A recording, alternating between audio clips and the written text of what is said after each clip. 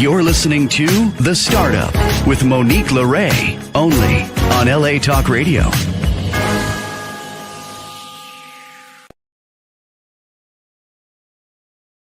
How's it going, Los Angeles? This is The Startup with Monique Lore. I am back in the country. One out of two final trips for the Endemic Project. Thank you to everybody that supports this.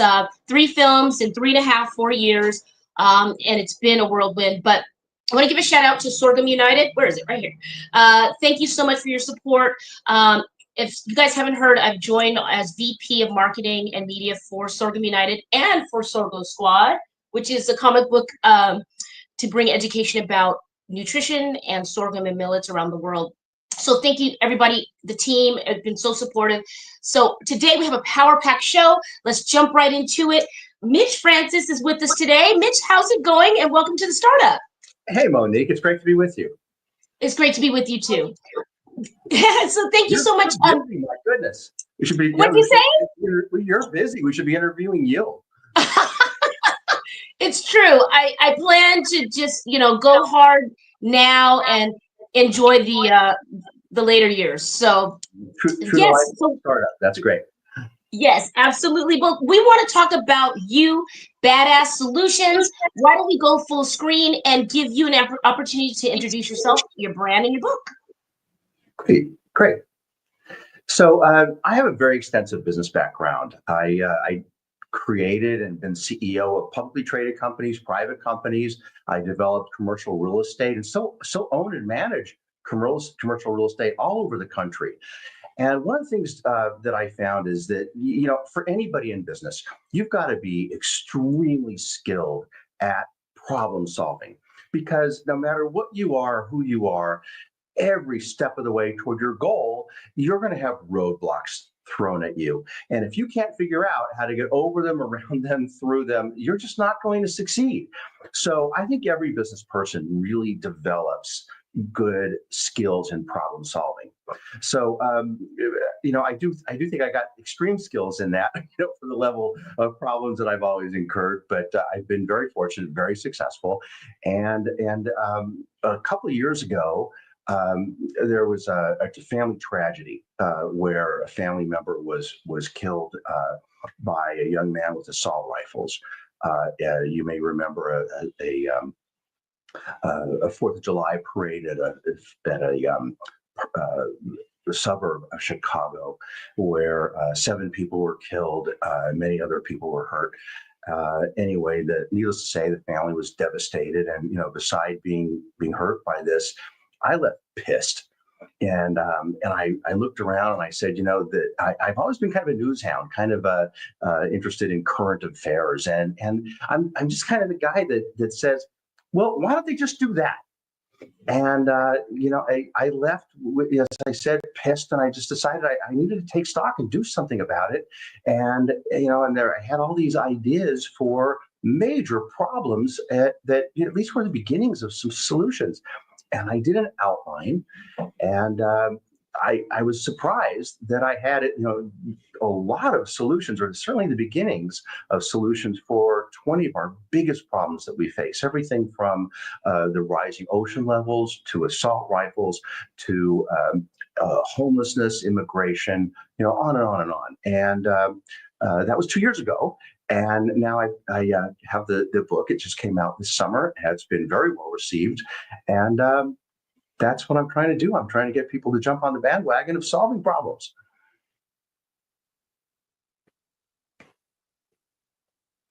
Okay, first of all, thank you for that incredible introduction. And the fact that you have time to speak with us is actually the blessing here on a Sunday. I'm looking at what you're actually doing in this book and what you've been doing. And it blows me away, because I think you're right.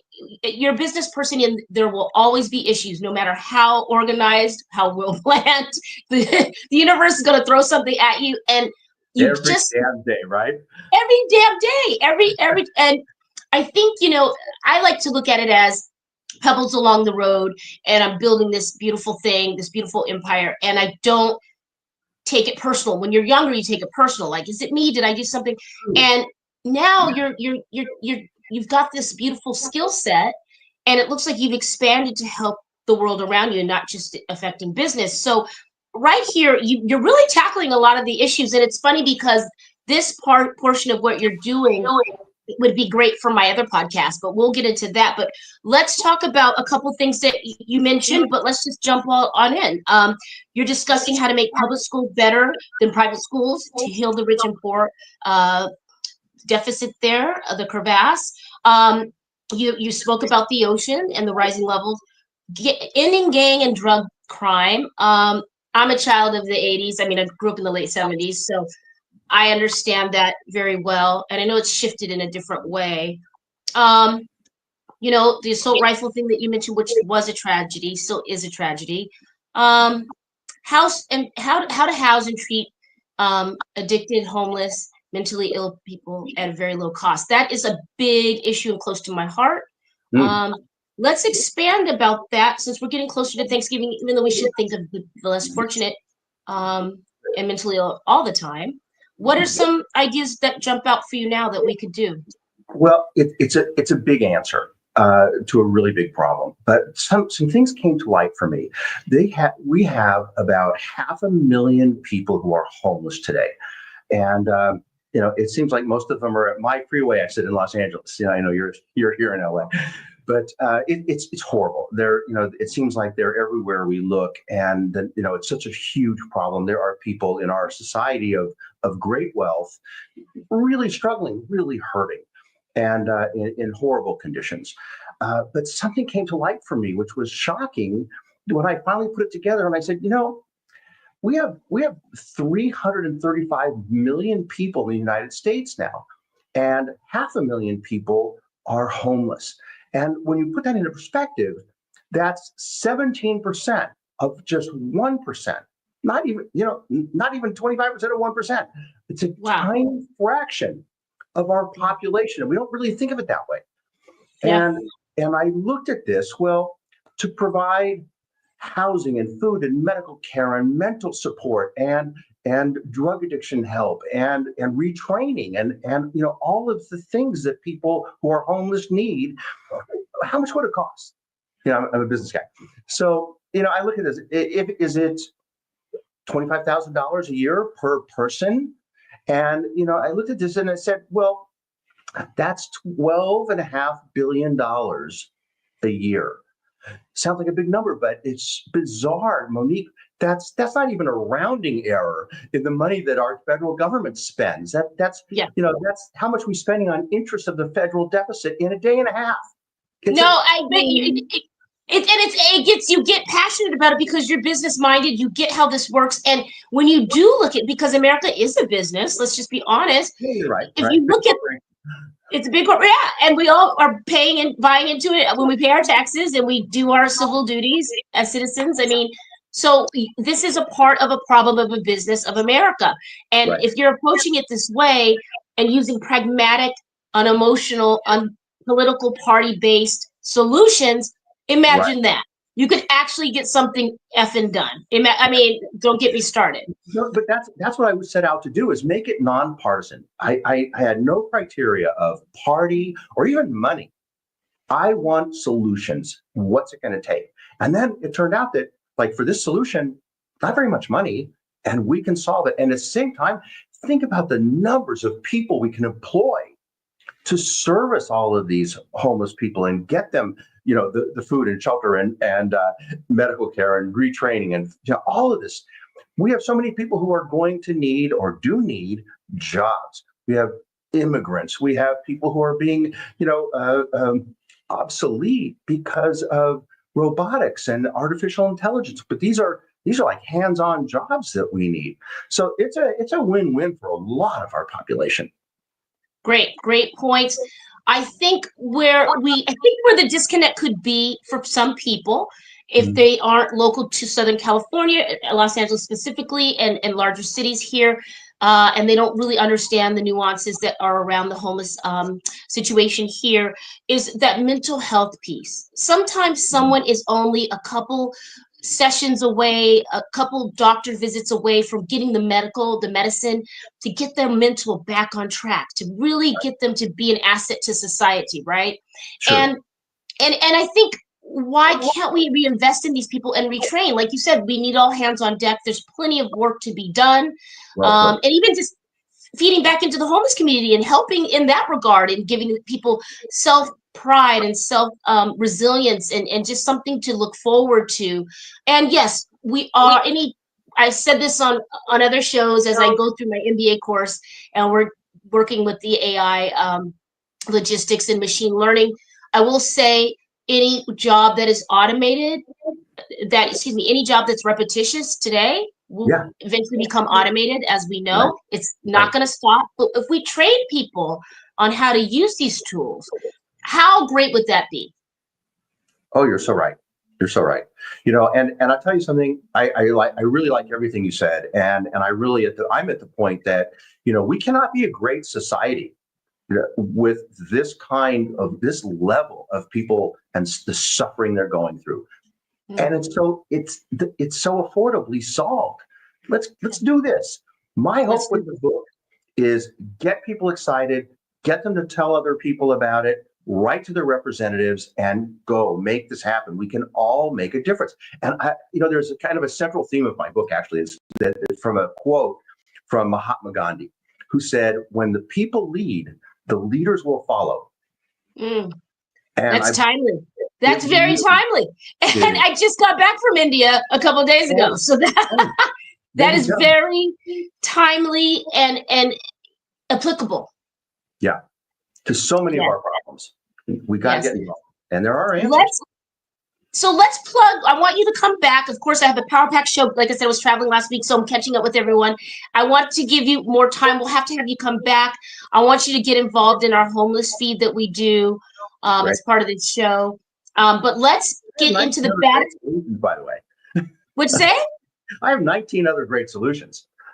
Right, but of course. So let's tease out one real quick. Give us one that's close to your heart. I know that's going to be hard to pick another one. Tease one out and then tell us where we can get the book. Okay, gotcha. You know, the global warming is causing the polar ice caps to melt at a rate that would fill 20 Olympic-sized swimming pools every second, Monique. Did you say every second? Every second. I can't even, what is going on? We're facing a catastrophe, that's socioeconomic catastrophe, unlike anything that humankind has ever seen before, and nobody's doing anything about it. And I've actually realized how we can actually stop the ocean levels from rising, and at the same time, use all that fresh water for the billions of people living in the most parched areas of our world. It can be done. Wow. And even current models for how to do it. It's being done, but not on a global level. And we can make that happen and really save the planet and save our most desperate people on Earth. It's just we gotta do something, folks. Let's get these badass solutions into these stockings for Christmas, for Hanukkah, for Kwanzaa. I don't give a heck what you celebrate, what you don't celebrate. This should be the table of conversation at Thanksgiving or any family get together this season, guys. Badass solutions. If you're going to argue about anything this political season, right or wrong, who won, who didn't win, let's talk about humanity, guys. Because guess what? We're not going to be here forever. And I know that we work hard. We all care about someone that's going to live longer than we are. Let's give them the best tools. Let's get with Mitch Francis here with Badass Solutions. Mitch, where can we order this book? How can this become a #1 seller from our show? It's already a hot sell, but how can we push this? Well, thank you very much. I really do appreciate that. It's wherever books are sold. It's on. It's really easy on Amazon. It's Badass Solutions with or without a hyphen, or you can look under Mitch Francis.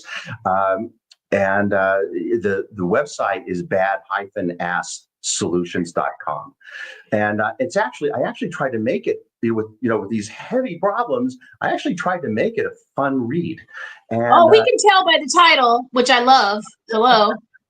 You got to have some fun somewhere with the heavy issues. Okay? Yeah, exactly. Because, nobody wants to be, under this dark cloud, for reading an entire book. It's exciting because there really are good solutions that we can make happen.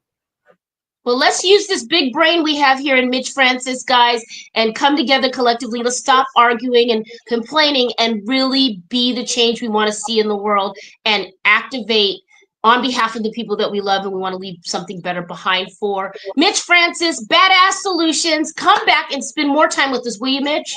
I sure will. Thank you very much for having me, Monique. This was fun, quick and fun. This is wicked fun. Stay badass. Be well. Badass.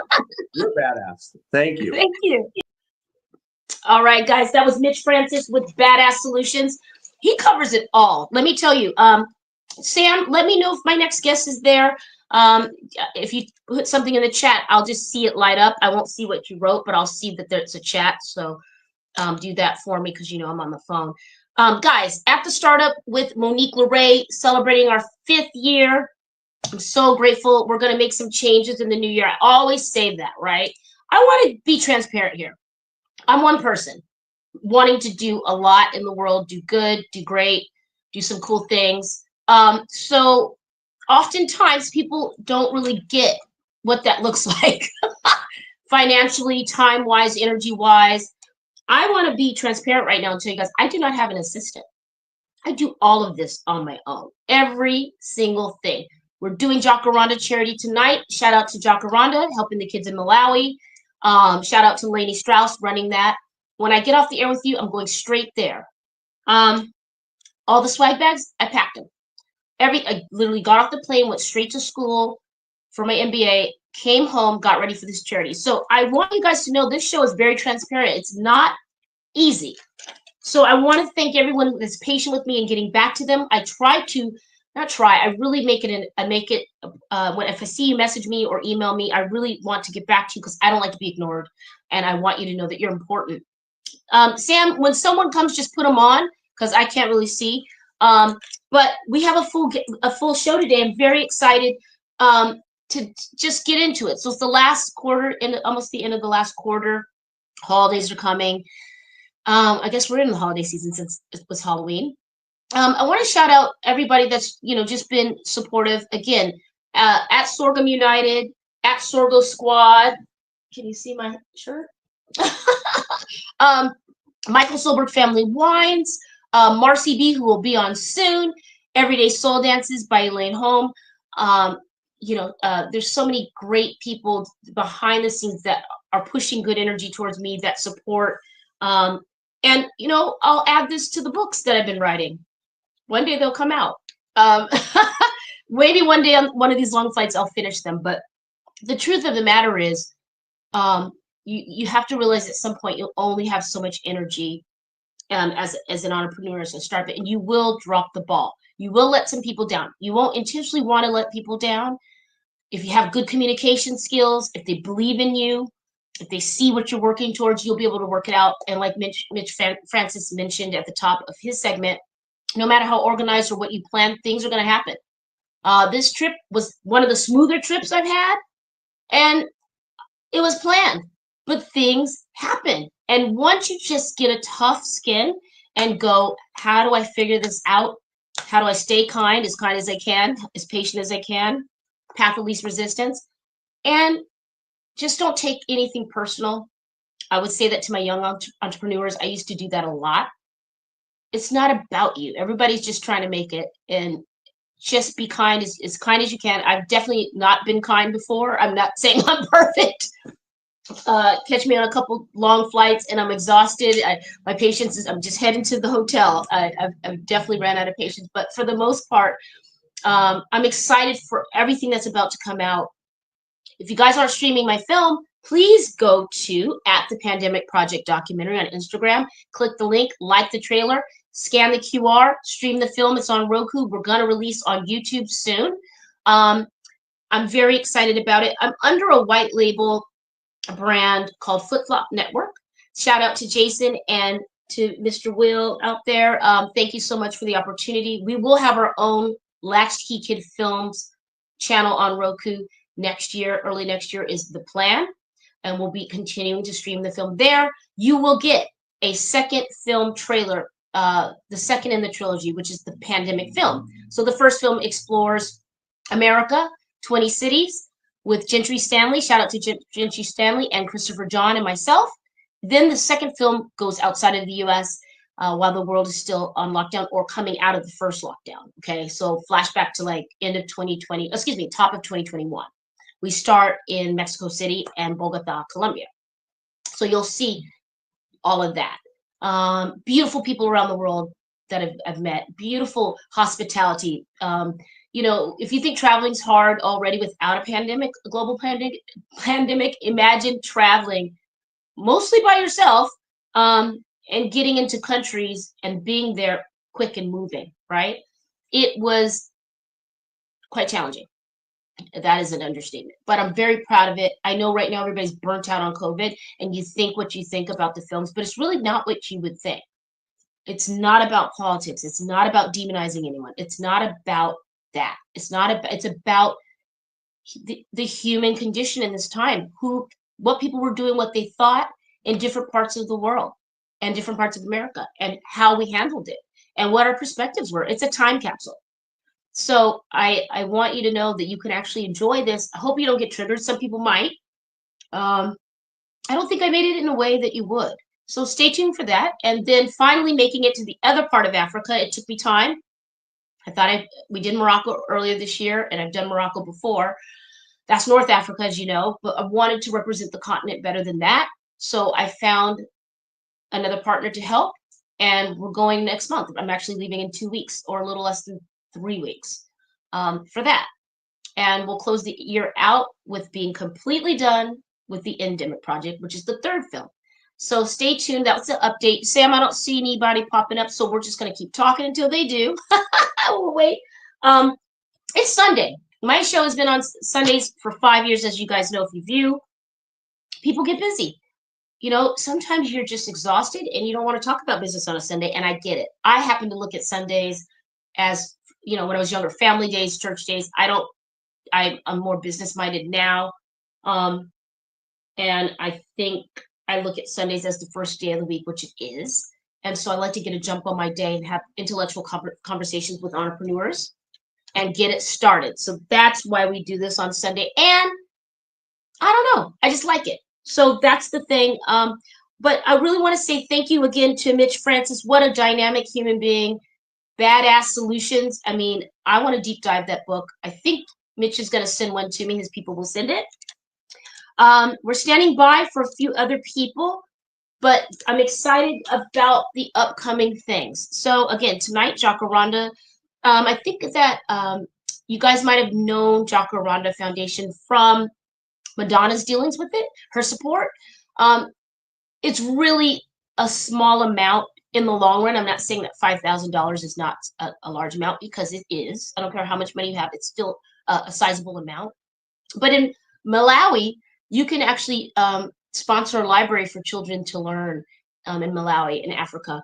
And so Madonna has been a part of helping these children and part of Jacaranda, and supporting and donating. So we are looking to raise some money to do that. Shout out to Lainey Strauss. Tonight, I will be bringing some beautiful swag items from Sorghum United and Sorghum Squad. And in case you don't know what sorghum is, it's an ancient Egyptian grain. It is heavy and rich in nutrients, protein, and you know it's really it's good for the environment. It's good for you. It's healthy, gluten-free, and it's something that you would want to incorporate in your diet. So I had tried it for the first time a couple months ago, and I really loved it. It tastes kind of like, we did pop sorghum with some flavoring, and I enjoyed it. So we're working on rolling out some products and really getting the word out. I predict it's the next flaxseed. You know how like flaxseed got real big, or what's the other thing that like flax crisps and things like this. You know, I think it will hit mainstream here soon, hopefully in the US, and be a source of nutrition and provide people opportunities to feed themselves at a low cost, right? So that's what Sorghum United is about: empowering people, giving them nutrition, and teaching them a skill on how to farm. And it's an agricultural brand at its core. I've been brought aboard to make it funner, sexier. You know, let me show you guys so you can see it. Sorghum Squad is an educational comic book series. I'll have them here. They're packed for the event that teaches kids about food and, nutrition. So it's a fun way to deliver the message. All right. Yeah, Sam will put someone on as soon as they come. Again, if you're not following us, please follow us on Instagram at the Startup with Monique Lore. I will catch up on my uploads. Again, I was gone. I went around the world in 10 days for meetings in India for Sorghum United and for shooting some scenes with people for the Endemic Project documentary. So it's been quite a lot. But, it won't always be like this. I'll look back and really be grateful for all the people that joined our efforts and joined me in this, sorry, my hat's so crooked. Who joined me in this adventure and who've been patient, right? Yeah, it takes a lot. And I did this on a dime, guys. You might see some of my posts on Instagram and you might think it's all fun and games and like it's a vacation. I take moments in the trip that I can take and make it wonderful for myself. And I have gratitude. I have an attitude of gratitude, a very grateful moment in those times. But I got to tell you, it's rigorous. It's not a honeymoon, even though I've never had a honeymoon. It's not what you think it is. And that's what, social media is a highlight reel. Yeah, I mean, it's really, it's really a highlight reel. It is not what you might think. So with that, that's not me complaining. That's me just being transparent that these things that I'm doing are not easy. And usually that's why you have a staff of 20, 50 people. I've slowed down a little bit because I wanted to take care of myself on this last trip. There was just a lot going on, a lot on my plate, and I didn't want to burn myself out mentally. So, I incorporated some yoga when I could. I got a workout in. I slowed my roll, and I said I can only control what I can control. And it helps. It helps. And I had some support from some close friends. So thank you. You know who you are. So yeah, I would just encourage any entrepreneur, startup person that's doing their thing and looking to truly go all in and invest in themselves and what they're doing, and just be practical about it. Give yourself a break. Don't beat yourself up too much. And communication. Just communicate. And with that, let's communicate with our next guest, Gary. Welcome to the Startup. How's it going, Gary? Monique, it's going great. Thanks for inviting me. I'm super happy to be here. Oh my gosh, I'm super happy you're here. And why don't we go full screen, Sam, and give Gary an opportunity to introduce himself and his brand, his products, his services, what he's got going on. Awesome. So thank you, Monique. So here's my deal. Like, I've been trying to answer one simple question for almost 30 years. And the question is this, like, how do everyday entrepreneurs, how do people that have nothing create something? And I spent the last 20 years traveling around the world, interviewing hundreds and hundreds of what I call everyday entrepreneurs. I no disrespect, but I'm not really interested in Elon Musk or the billionaire, entrepreneurs. I want to know how everyday people do it. And what I found is that there's a very predictable underlying set of beliefs and assumptions that are driving the behavior. And they're real subtle. But if you understand those underlying beliefs, they can make a big difference in your life. So, sorry, I'm going long here, Monique. My name is Gary Schoniger. I'm the founder and CEO of the Entrepreneurial Learning Initiative.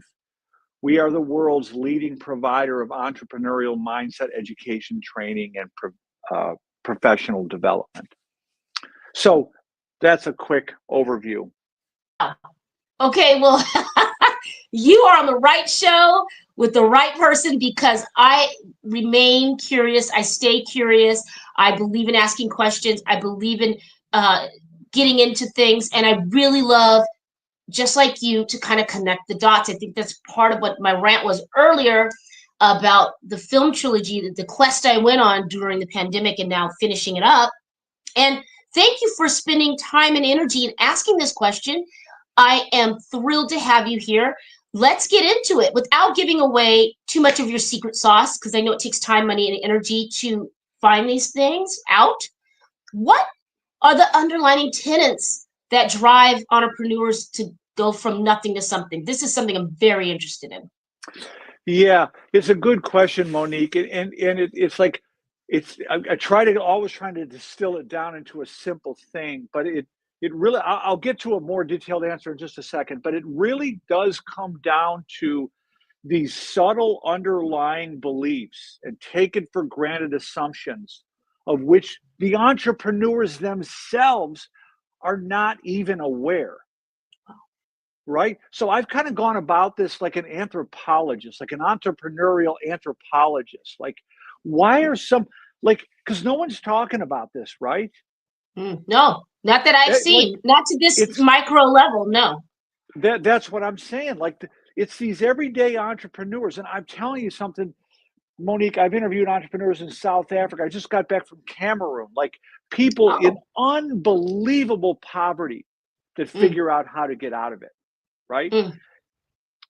And what it comes down to, I mean, I think the most important idea is that the hope circuit in their brain is open.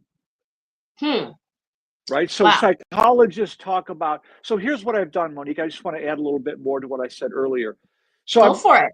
I keep like interviewing entrepreneurs. I've got a podcast dedicated, it's called the Entrepreneurial Mindset Project. I just put these interviews out there.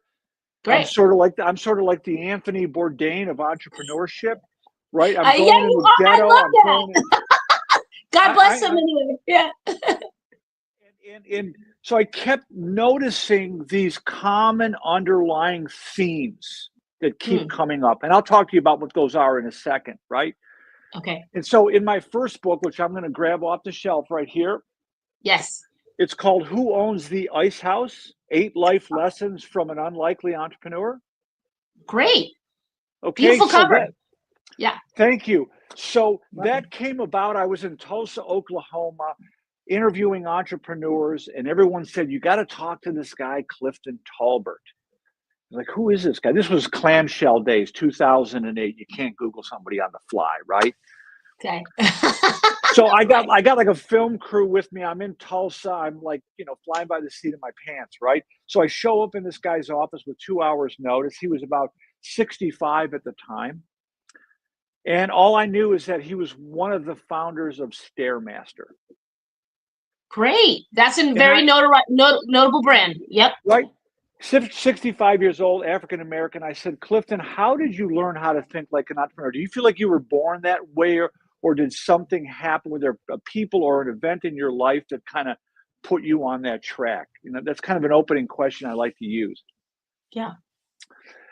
And he explained to me that he was born in the South in the 1940s to a teenage mom, had no dad. He was picking cotton. He said that's what the way of life was, right? And he pulled this picture out of a shoebox. That's his Uncle Cleve. He goes, this is the guy that taught me how to think like an entrepreneur. Wow. That blows me away. I'm telling you, Monique. So then he starts describing, like, Uncle Cleve's got a 4th grade education. He could read and he could write and he could count. Wow. He's the only one in our town that's got money in the bank. And we can't even go in the front door. They make us go in the back door. And so Clifton's describing this to me from the perspective of this little 13-year-old kid. All he knows is a cotton field. And now he's following around his uncle. Right? Wow. It's an incredible story. But the subtitle, Monique, is 8 Life Lessons from an Unlikely Entrepreneur. There are really these 8 common themes that emerged from hundreds of interviews. We just use this story as a vehicle. Great. Let's go full screen. Why don't we go ahead and, I like that you teed this up. Let's go full screen, Sam, and Gary's going to give us these, some of these bullet points. I'll lay them all out for you. Yeah. Happy to lay them out. Thank you, Monique. So here's the first thing I notice in an entrepreneur is they have a compelling goal. There's something in the future, in their mind they're trying to accomplish. It's a compelling goal. They see something in the mind they're trying to get to. Now, what does this look like? When you interview an entrepreneur, almost every single one of the 700 entrepreneurs I've interviewed will use the word vision. But they don't always use that word, but there's something compelling. And now the research is very, very clear on this. When we're engaged in this positive future orientation in our subconscious mind, we're able to access problem-solving abilities that are not otherwise available to us. So the question I like to ask people is this: do you have a compelling goal? And if not, why not?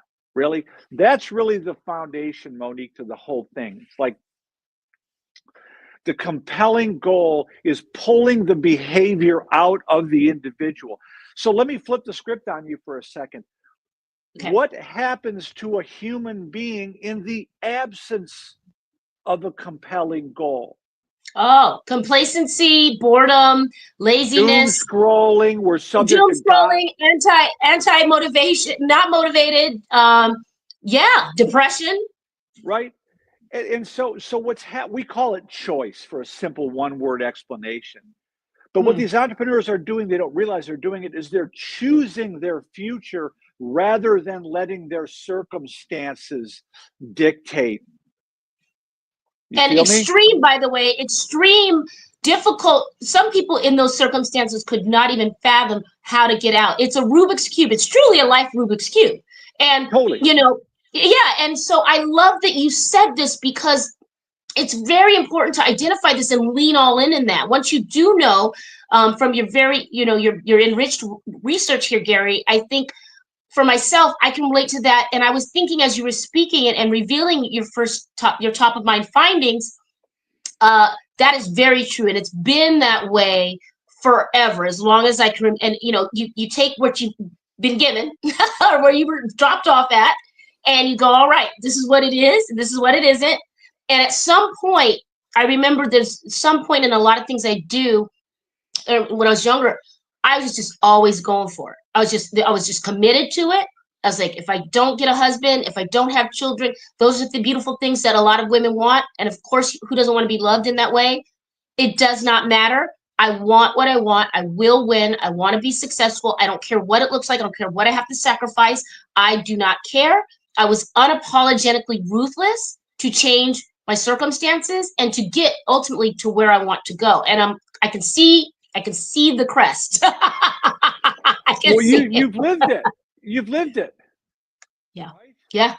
And so it's really important, like, what's the story we tell ourselves, right? That's really what it comes down to. Like, yes, Monique, I could tell you stories for the rest of the week.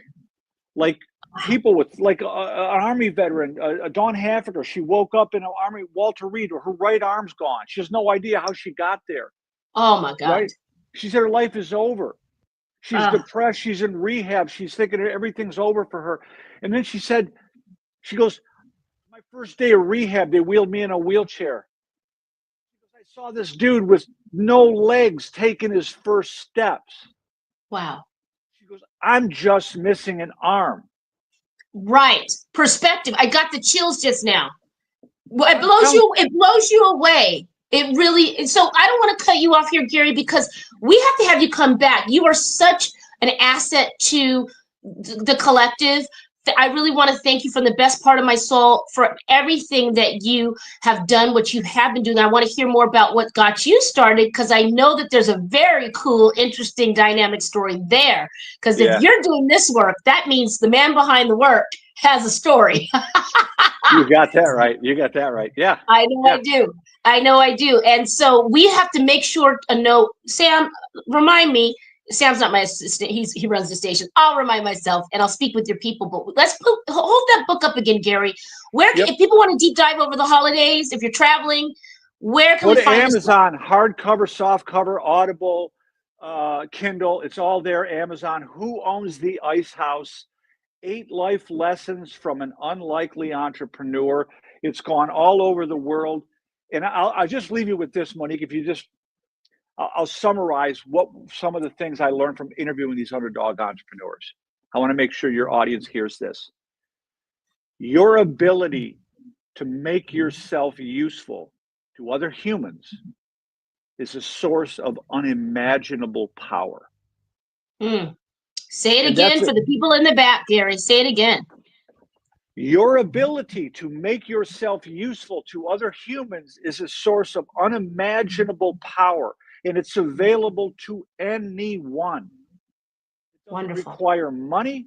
It doesn't require genius. It doesn't require inventive. It doesn't require academic credentials. It doesn't require you to be charismatic. It doesn't require anything you don't have already. It just requires you to shift the way you think about yourself and how you create value in the world. Beautifully said. Beautiful message to leave us on a Sunday, heading into our week. Gary, come back and let's hear more and dive deeper. I want to get your notes on Africa because I leave in less than 3 weeks as well. And awesome. Congratulations. You're awesome. Thank you, Monique. Thanks for having me. Really awesome to be here. Thank you. It's my pleasure. It's our pleasure. I want you back. So keep doing your good work. All right. That's Gary, you guys. Wow. Okay. Well, we're going to jump in with our next guest. Marcy B. We're shifting here, guys. We're going into fantasy fun world now. You might know Marcy B. from her collection of thrilling romance, amazing fantasy. What's the official genre that you're in, Marcy? Well, I think I started with romance suspense, but it kind of trickles into romance thriller. Nice, nice, nice. Well, thank you for making time again, and it's great to see your happy face. I was traveling on this last trip, and I was going through my books, and I saw your I saw your awesome bookmark that you sent. I love your sense of humor and your way of being, and just keeping it light and bright in a world that seems so dark. And thank you for your creative mind. I think last time we spoke, you were finishing off another piece of the collection. Mm-hmm. Update us on your book. Well, the third book came out online in hardback on Friday. Yes. So it is now available online in hardback. I would say paperback will be available on those places online by the end of the week. Very good. Congratulations. You're just over there killing it. So why don't we go full screen and give Marcy about 5 minutes to reintroduce herself to the listeners and viewers and tell them who she is. Hello, I am Marcy Blasky. I am